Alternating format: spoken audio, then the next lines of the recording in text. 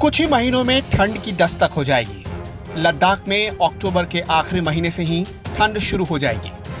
ऐसे में चीन का सरकारी भोंपू मीडिया इन दिनों भारत को ठंड वाली धमकी देने लगा है। जिनपिंग का प्रोपेगेंडा पेपर ग्लोबल टाइम्स के एडिटर हू शिजिन ने एक नए तरीके से भारत को आगाह करने की कोशिश की है। हू शिजिन ने भारतीय जवानों को धमकाया है कि अगर भारतीय जवान पैंगोंग त्से के साउथ एरिया से नहीं हटते तो चीनी सेना पूरे ठंड तक उनका मुकाबला करती रहेगी और भारतीय सेना को थका देगी। हू शिजिन ने कहा है कि भारतीय जवान ठंड में चीनी सैनिकों के सामने टिक भी नहीं पाएंगे। पहले आप हू शिजिन का वो ट्वीट देखिए जिसे प्रोपेगेंडा वॉर मॉन्गरिंग के तौर पर देखा जा रहा है। ग्लोबल टाइम्स के एडिटर ने ट्वीट करके लिखा है, यदि भारतीय जवान पैंगोंग त्से के दक्षिणी हिस्से से नहीं हटते तो पीएलए पूरी ठंड युद्ध करता रहेगा। भारतीय जवानों का लॉजिस्टिक बहुत कमजोर है। बहुत सारे भारतीय जवान या तो ठंड से मर जाएंगे या फिर कोरोना से।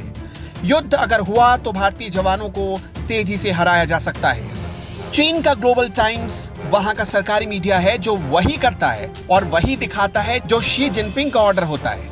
ऐसे में हू शिजिन भी अपने हुक्मरान के ऑर्डर पर ही आगे बढ़ रहे हैं। हुक्मरान ने ऑर्डर दिया और प्रोपेगेंडा फैलाने वाले एडिटर ने उसे कॉपी पेस्ट कर दिया। एक तरफ चीन मास्को में भारत के साथ बातचीत करता है और कहता है कि वो एलएसी से पीछे हट जाएगा, अपने सैनिकों को वापस बुलाएगा, और दूसरी तरफ उसका सबसे बड़ा बाजा लगातार बज रहा है। इससे चीन के दो मुहे कैरेक्टर को एक्सपोज किया जा सकता है। चीन के सरकारी मीडिया का एडिटर साइकोलॉजिकल प्रोपेगेंडा फैला रहा है, ये तो साबित हो गया, लेकिन ग्लोबल टाइम्स भी उसी नक्शे कदम पर चल रहा है। हू शिजिन के ट्वीट के बाद ग्लोबल टाइम्स ने भी एक ट्वीट किया, भारत का सैन्य तंत्र कमजोर है, उसके कई सैनिक कड़ाके की ठंड में या कोरोना से मर जाएंगे। अगर भारत शांति चाहता है तो दोनों देशों को एलएसी पर 7 नवंबर 1959 की स्थिति माननी होगी। अगर भारत जंग चाहता है तो हम उसकी इच्छा पूरी करेंगे। देखते हैं कौन सा देश दूसरे देश को मात दे सकता है। यानी चीन सीधे सीधे वॉर मॉन्गरिंग ट्वीट्स कर रहा है। चीन को युद्ध की बहुत हार्दिक इच्छा है।